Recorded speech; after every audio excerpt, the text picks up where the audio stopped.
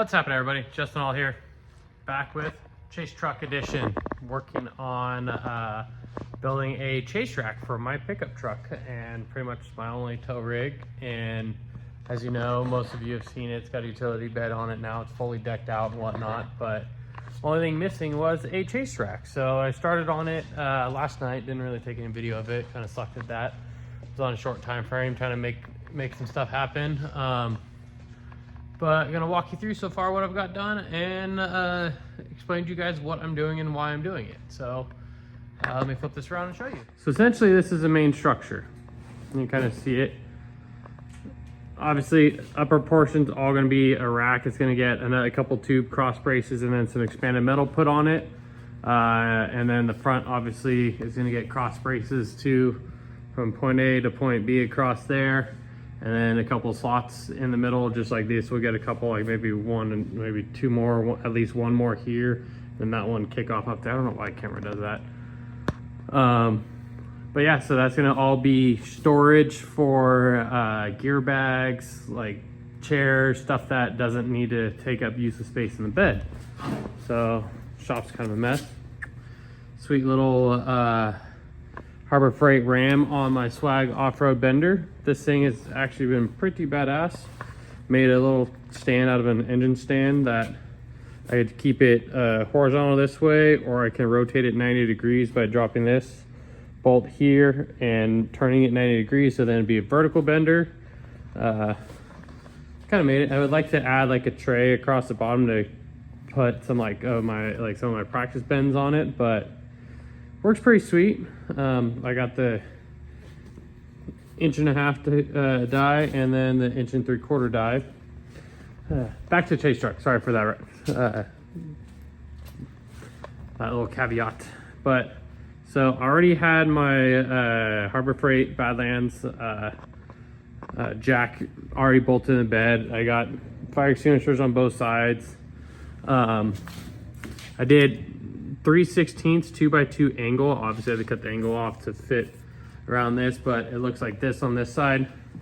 It's got 6 3/8 fine thread grade 8 bolts on either side. I'll get washer on top, washer on the bottom.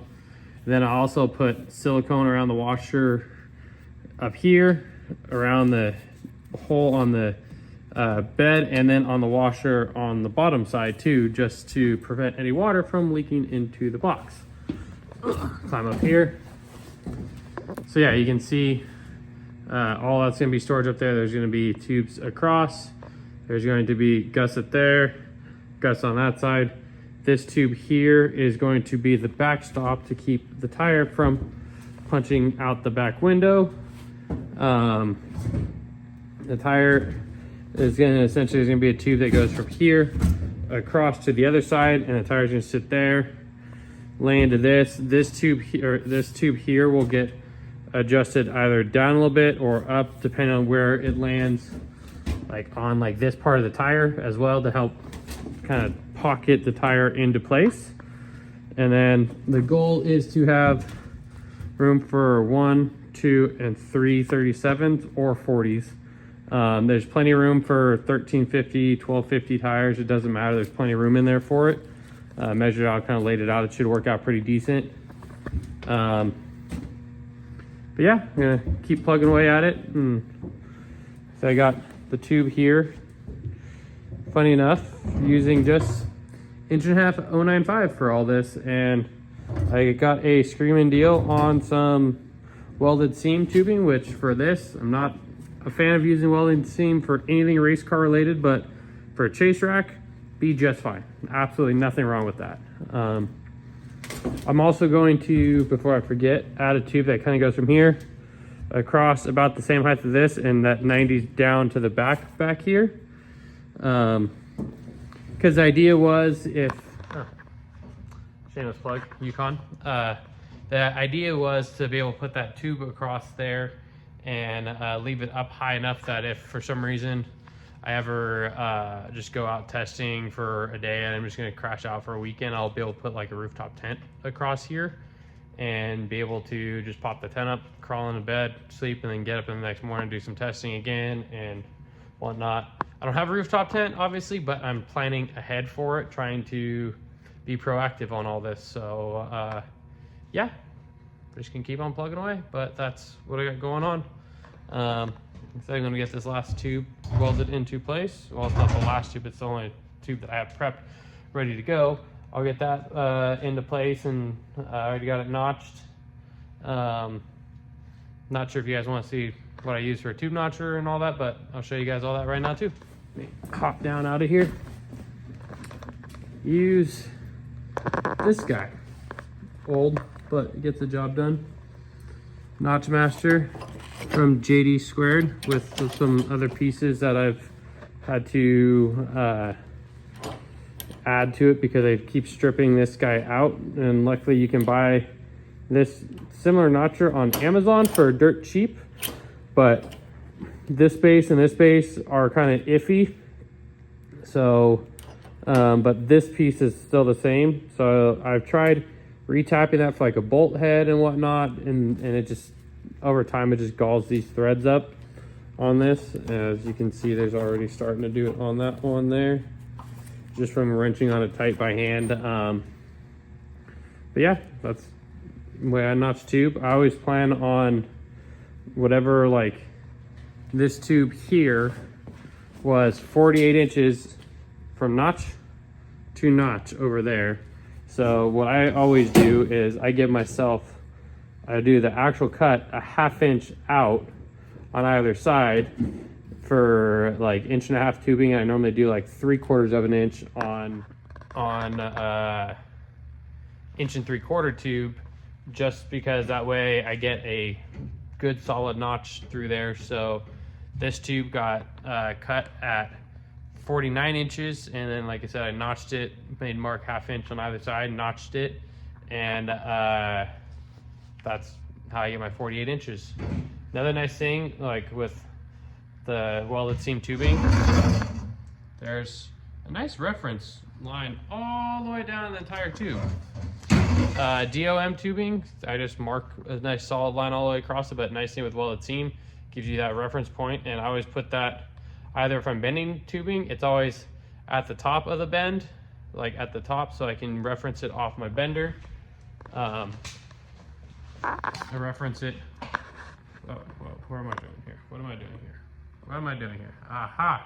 I reference it right off this line here to the next one inside here, so that gives me a nice straight shot, and it gives me, make sure the bend is always perfect of what I need, especially if I need to rotate it like 45 degrees or 90 degrees to get complicated bends. I always have a reference mark for doing that. So most of you who bend tubing are probably watching this already know that trick, but in case you don't, give yourself a nice little alignment mark and party on. But I'm gonna get back to it, got stuff to do, but just wanted to give you guys a quick update. I'll jump in, keep adding to this video and keep on watching. And not cool enough probably to, I'm doing this all from an iPhone, don't really have a GoPro, don't have a microphone, kind of a pain in the ass doing it with an iPhone, but only way I can do this right now. I edit everything with iMovie, so that's why all the edits kind of look repetitive and the same, but and like all the transitions all do the same thing, but is what it is. Yeah, like I said, keep on going.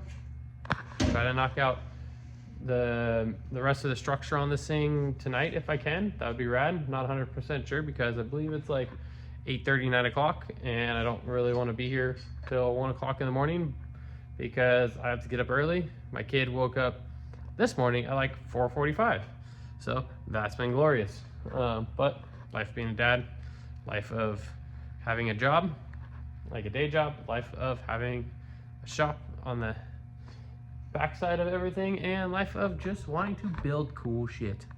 The whole purpose of this channel is to build cool shit. And yeah, I like to think we're doing that, so keep on at it.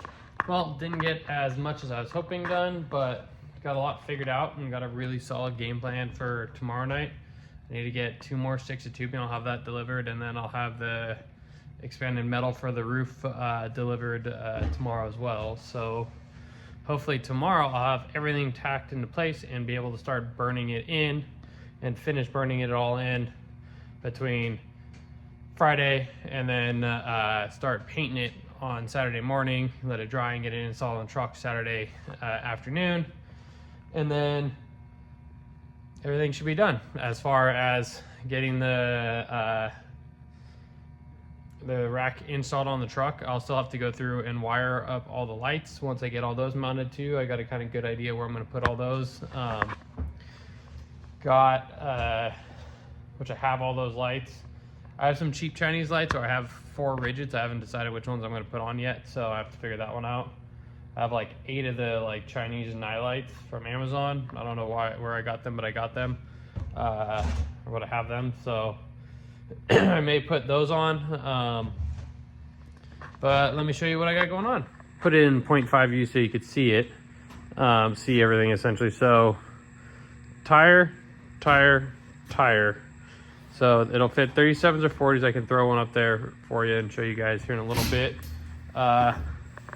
These tubes here are in plans for being able to run a nitrogen tank up here. So there'll be a mount on this side, mount on this side, and the tank will fit from here all the way to there. And it should sit in here, which won't affect that much of my storage area up there. I'll get a tube that runs from here to there, from here to there. And then obviously there'll be probably 2 drop downs there. I'll do one in the middle and one here. And then obviously I gotta do a brace from this point to here. And then this point here will connect to wherever this lands here for this tube that goes across to the top of that and 90s down like I talked about earlier.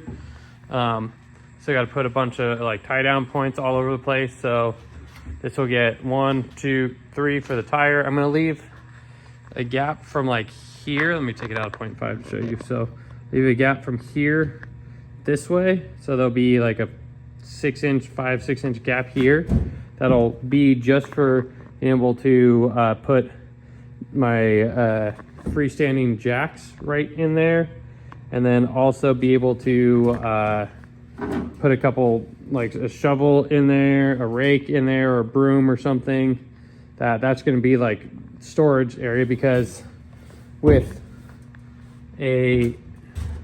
so from the edge of this here to here is 13.5 inches. Figure 1-inch tube, which I haven't decided if I'm putting that in, but from there to here is 13.5 inches. Another 1-inch tube from here to there is 13.5 inches. So I could fit 2 13.5-inch wide tires, 37s or 40s in here. I haven't decided, like I said, if I'm going to add the tube from there to here, because if I do that, it kind of landlocks anything I put in this way. I end up putting like a storage toolbox that needs to flip up. I won't be able to flip it up because those tubes will be in the way. So I'm leaning towards not doing it. But let me put a 37 up here and show you what we got going on. 37's up here right now. So as you can see, it sits on here. It'll be a tie down point here. One will be up here. I purposely left this gap for the idea of a 40 being in here. When the tire hits this, it'll push the tire up a little bit. So I want to be able to have room, like I said, for a 40-inch tire. So tire hits here before hitting the window, and it also sits right barely on this piece of angle iron that spans the distance between the two rails as support. So the tire actually sits in there really well. You'll have strap over this down, and as you can see, the marks for my 13.5-inch wide, these are only 1250s. Like, it would work pretty good. This isn't quite touching the sides over here, but you get the idea of it. Let me scoot back to that palm tailgate. Essentially, yeah, I can fit 1, 2, 3 over here, and so, like I said, still have that real estate for my jacks, like shovels, whatever, like long items that need to essentially stick up. Those can go there. And I purposely, when I did this E-Track, this E-Track went all the way up to the front in planning for this chase track being built to be able to strap those jack items or whatever items there in that corner there. If you look this side here, it stops all the way, it goes to the back, but stops shy of it because I didn't plan on ever having anything on that side. Everything I planned on having was over here, so it worked out, did that all the way there, put obviously my jack right here, And that ends right up against the jack. So, and then have a bunch of these are best thing for chase trucks, E-track. That or the single track, which is the smaller ones, which was pretty bitchin' too. I thought about doing another layer of that down here, but I think when I have the rail across this, it'll give me another tie down point that'll make it to where if things are a little wobbly, I can actually have another tie down with the bungee cord or something across that, which probably will work out pretty good. And yeah, but you guys get the idea of what I'm trying to do here. It'd be pretty cool. Short bed problems, it's hard to fit any kind of real estate and have things be useful. So I gotta go essentially up above the bed rails to be able to keep the floor space open for things, but I also don't want to intrude all the way out here because then it kills me being able to put like a 55-gallon drum of fuel right where I'm standing, and then fuel jugs on this side. You know, as long as I have access for the fuel jugs, maybe a drum of fuel here, or obviously a drum could be on the trailer, but all the fuel jugs could be up here. I need to be able to keep some kind of space open for storage for my race car. The nice thing, this rack will hold 337s, so 2 will be for the race car, 1 will be for my truck because my truck obviously runs 37s. That's what that guy is there. So I'll have 2 for the race car, 1 for the truck. And then my Euro trailer has a spot for 4 tires on that. So essentially I'll be carrying 6 spare tires for the race car just in the racks. I can also put spare tires underneath the race car if I need to too. So it works out pretty well. Yeah, this was one of my goals for 2026 was getting this truck dialed in and finished, so I don't have to worry about it, and it'll be useful. I can use it for pitting for people. I can use it for my own needs, my own like race endeavors. Yeah, I'm slowly checking off things off my to-do list for 2026, and like I said, this is one of the big things for me, was do this. The next thing was get the transmission for the race car, which I ordered and I'm picking up at Hammers. So that's exciting. Then be able to start testing and tuning on the car, and beauty of testing and tuning on the car means I get to use my truck again and use my truck for what I'm building it for. So again, it's the 2013 Ram. It was a short 4-door short bed. I put a short bed utility box on it.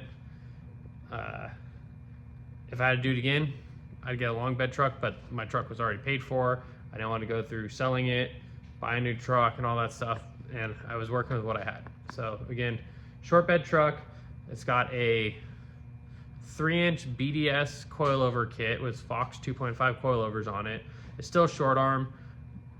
Hopefully later on this year I'll be able to get a set of long arms for it. So got that. The rear is factory springs with the Carly 5-leaf Adapacks in it, which does away with the overloads, and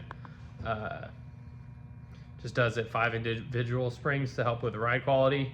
It's got airbags on cradles, and then it's got King 2.5 shocks in the back of it. So it's got an onboard air compressor underneath the truck where the spare tire would be, because obviously a 37 doesn't fit underneath there. So yeah, and then all the boxes are dialed with spare oils. There's enough oil in the truck for a complete oil change for everything on the race car, and that's coolant, transmission, transfer case, differentials, and power or like the full hydro and engine oil. Like there's enough oil to do one full change in everything for that car. Enough tools in there to build anything or to fix anything I could need. Cordless DeWalt, I have a whole nother set just for the truck with batteries and everything. Thing about chase trucks too, need spare parts for the truck. So I have a bunch of spare parts for my pickup truck, idlers. I need to get an alternator for it, but water pump, thermostat, belts, things like that. Have that in here. Bolts, fittings, like miscellaneous like hoses and whatnot need to be in your brake lines. I have spare drive lines inside the inside one toolbox, so that's Also, just for my race cars, a spare driveline for that in there. Spare power steering pumps. Like I said, belts for the race car, radiator hose. I've like drill bit. Like the idea of a chase truck, which I've been learning, and I'm going to be working with the trophy truck team, JP and his dad Johnny. They're campaigning the whole Legacy series, and I get to work out of their fully loaded chase truck, so it'll help me get my truck more dialed in, which is pretty rad. And I get to work out of their truck and see how they do things, see what they're doing, and what they like stock their trucks with. And that's what I've been doing, has been like picking things here and there as I'm around their trucks. I'm like, ooh, I like that. I'm gonna take that idea and put that into my truck. And the idea was to try to get my truck as almost set up as theirs, so if they need anything too, now that we have a third truck that is dialed in, that is my truck that I know inside and out, and can go pit crew for them and do a remote pit if they ever did a longer race than some of the lap races that Legacy is.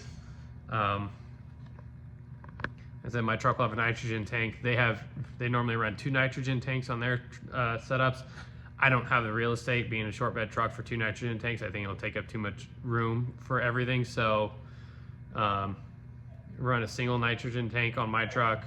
I have a nitrogen air jack that's gonna go in here, air gun, like all those things. My truck will have it all. So like I said, trying to do things right and help out the best that I can and get my stuff for my car that much faster. So I'm looking forward to being able to like bring this out at Hammers and like test everything out for a Nick Allegri.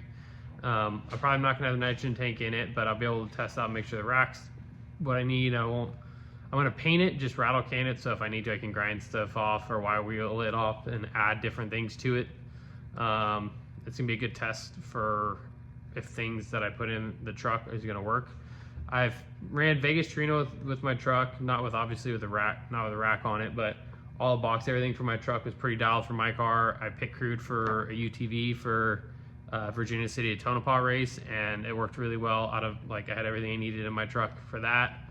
But the more I do things, the more you start seeing, oh, hey, I need this, I need that, I don't have enough of these. I need to add, or, this piece over here is useless and I don't ever use this. Let's take it out because it's taking up space. Just things like that. And organization is like a key thing. So I got things pretty good. I got a Kenwood 110 watt radio in the truck. I used to just run like a magnetic mount on the roof, so I'm going to be putting a actual antenna on the truck now off the rack, which will be nice. I have a Garmin Baja XL in the truck now as a GPS for any kind of remote pits that need to get done. I can punch in coordinates and boom, bang, that'll be right where I need to be at, and I can get to it. I can plot out a map to get there, and then have Starlink that'll stay in the truck, except when I'm racing my car, it'll be on my car. But luckily I have buddies that have their own Starlinks that when they come out to pit crew with me, they'll just throw their Starlink in my truck. So everybody will have communication, but my Starlink will just be on my race car when I'm racing. But when I'm pit crewing, I'll have it in the up on the dash, because the nice thing about Dodge is they have a really steep windshield, so you can stick the Starlink on the dash and it still picks up signal just fine. Yeah, slowly getting there. I'm stoked about my truck. I've been wanting to build a rack for it for a long time. I just haven't had a chance to, and I kind of got a chance to. Once I get back from Hammers, a bunch of things are hitting in my shop, so I had a few weeks to get things done. On the 18th, I got a UTV guy, one of the rookies, or that I met through the rookie program 2 years ago at Hammers. His name is Rob Reno. He's bringing his UTV to my shop on the 18th because I need to build him a rear bumper for him, because the last one he built fell off, so he wants me to build him a nice one. So I'm going to go through building a nice rear bumper. Yeah, so I got a little bit of time to knock my truck out, take it home, bring it back, finish wiring it, and then it'll be ready for Hammers, which is pretty awesome. Like I can kind of stage this out and not be like crammed rush for everything. So yeah, that's where I'm at for the night. I'm gonna call it quits. It's about 11 o'clock now. I want to go home, get some sleep, because my kid was up again, like I said, at 4:45. So I'll be back here tomorrow night and keep plugging along. To be continued. Montage right to the next video.